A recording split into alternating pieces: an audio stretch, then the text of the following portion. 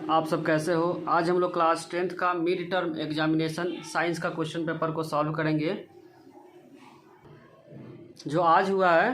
Question number first में बच्चों given है, निम्नलिखित में कौन सा एक ऊष्माशोषी अभिक्रिया है। तो इसका जो आंसर हो जाएगा बच्चों, शुष्क बर्फ ऊर्ध्वापतन, सब्लिमेशन ऑफ ड्राई आइस। तो इसका जो करेक्ट आंसर हो जाएगा बच्चों बी हो जाएगा। समीकरण जो क्वेश्चन नंबर 2 में दिया हुआ बच्चों, एक इक्वेशन दिया हुआ और इसको जब बैलेंस करेंगे तो बैलेंस करने के बाद जो इसका आंसर आ रहा है क्या रहा है, डी। तो सेकंड का जो करेक्ट आंसर हो जाएगा डी और फर्स्ट का करेक्ट आंसर हो जाएगा बी।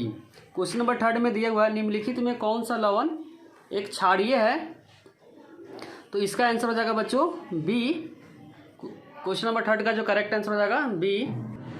क्वेश्चन नंबर 4 में लिखा हुआ, CO2 गैस चूने के पानी को दूधिया सफ़ेद कर देता है।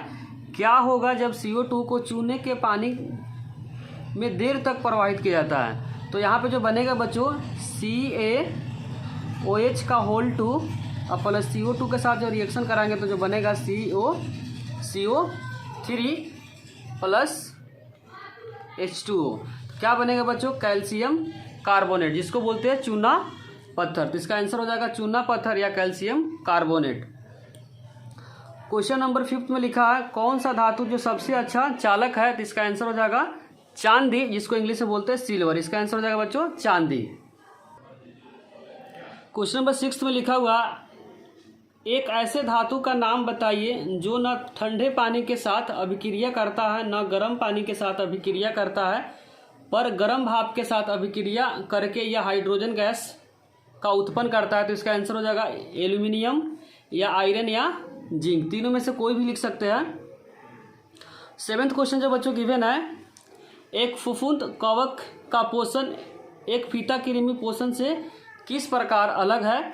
तो जो कवक होता है उस सड़े गले पदार्थ से अपना भोजन प्राप्त करता है, जबकि इसमें लिखेंगे जो कवक होता है उस सड़े गले पदार्थ से अपना भोजन प्राप्त करता है, जबकि फीता कृमि जो होता है कच्चे या अधपका मांस खाने से ये मनुष्य के शरीर में चला जाता है। इसीलिए जो कवक है वो फीता कृमि का पोषण इससे क्या है, अलग है।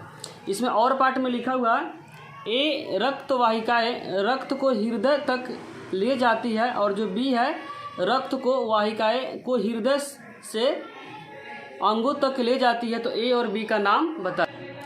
तो ए जो होगा बच्चों, जो रक्त वाहिकाओं को रक्त को अंगों के हृदय तक ले जाता है उसको बोलते हैं सीरा। क्या बोलते हैं, तो ए का जो आंसर था बच्चों सीरा। और जो बी है रक्त वाहिकाओं को रक्त को हृदय तक ले जाती है, इसमें क्या है हृदय से अंगों तक ले जाती है, इसको बोलते हैं धमनी। तो बी का जो आंसर हो जाएगा बच्चों धमनी। क्या हो जाएगा, धमनी। क्वेश्चन नंबर 8 में लिखा हुआ है, वे जो विकिरण ऊर्जा का उपयोग करके अकार्बनिक यौगिक से कार्बोहाइड्रेट का संश्लेषण करता है क्या कहलाता है। तो क्या कहलाता है, प्रोड्यूसर कहलाता है। तो इसका करेक्ट आंसर हो जाएगा बच्चों बी। और इस क्वेश्चन नंबर 9 में जो गिवन है, एक अवतल लेंस द्वारा किस प्रकार का प्रतिबिंब बनता है। तो इसमें बनता है जो बच्चों आभासी और सीधा बनता है। क्या बनता है, आभासी और सीधा। और इसमें बोला गोलीय दर्पण में यू वी और एफ के बीच दर्पण बोला हुआ था 1/v प्लस 1/u इक्वल में 1/f रिलेशन हो जाएगा। 1/v प्लस 1/u इक्वल में 1/f, क्योंकि यहाँ पे दर्पण है। क्या बच्चों, दर्पण है। इसके और पार्ट में लिखा हुआ, लेंस की क्षमता को परिभाषित कीजिए। तो लेंस की क्षमता उसके फोकस दूरी का व्युत्क्रमानुपाती होता है।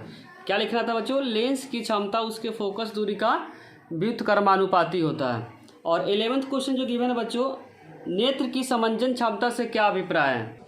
तो क्वेश्चन नंबर 11 का जो करेक्ट आंसर हो जाएगा, वह क्षमता होती है जिसके कारण से आँख अपनी फोकस दूरी को समायोजित करके निकट और दूर की वस्तुओं को रेटिना पे फोकसित करती है।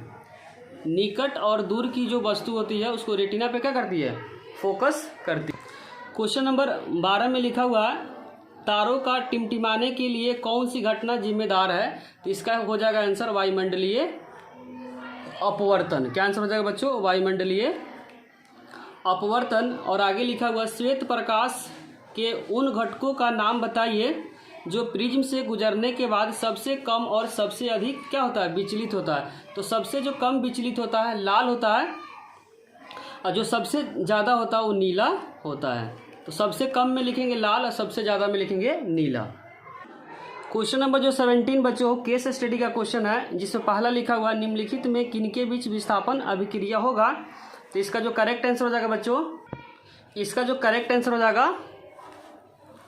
वह डी हो जाएगा। क्या हो जाएगा, डी। तो 17 का जो फर्स्ट का जो करेक्ट आंसर हो जाएगा डी। और इसमें जो दूसरा पार्ट जो लिखा हुआ, निम्न में 4 धातुओं में से कौन अपने लवण के घोल से अन्य 3 द्वारा विस्थापित कर देता है। जो सबसे स्ट्रांग इसमें कौन है बच्चों, मैग्नीशियम स्ट्रांग है। तो इसका करेक्ट आंसर हो जाएगा ए। क्या हो जाएगा, ए, क्योंकि सबसे जो स्ट्रांग रिएक्टिविटी सीरीज है वो कौन है, ए। तो करेक्ट आंसर हो जाएगा ए। इसका जो थर्ड पार्ट का जो करेक्ट आंसर हो जाएगा बच्चों, इनमें से किन के बीच रासायनिक अभिक्रिया। तो इसका जो करेक्ट आंसर हो जाएगा बच्चों डी हो जाएगा। क्वेश्चन नंबर फोर्थ में लिखा हुआ, जब एक धातु के साथ तनु HCl अम्ल मिलाया जाता है तो कोई गैस उत्सर्जित नहीं होता है, उस धातु का नाम बताइए। जो आंसर हो जाएगा बच्चों इसका बी। क्वेश्चन नंबर 5 में जो दिया हुआ रासायनिक अभिक्रिया का बढ़ते क्रम, तो बढ़ते क्रम में जो इसका आंसर होगा बच्चों ए होगा, और इसका आंसर क्या हो जाएगा, बी हो जाएगा। बच्चों को वीडियो अच्छी लगी हो तो लाइक, कमेंट और सब्सक्राइब करना चैनल को ना भूलें। Thank you.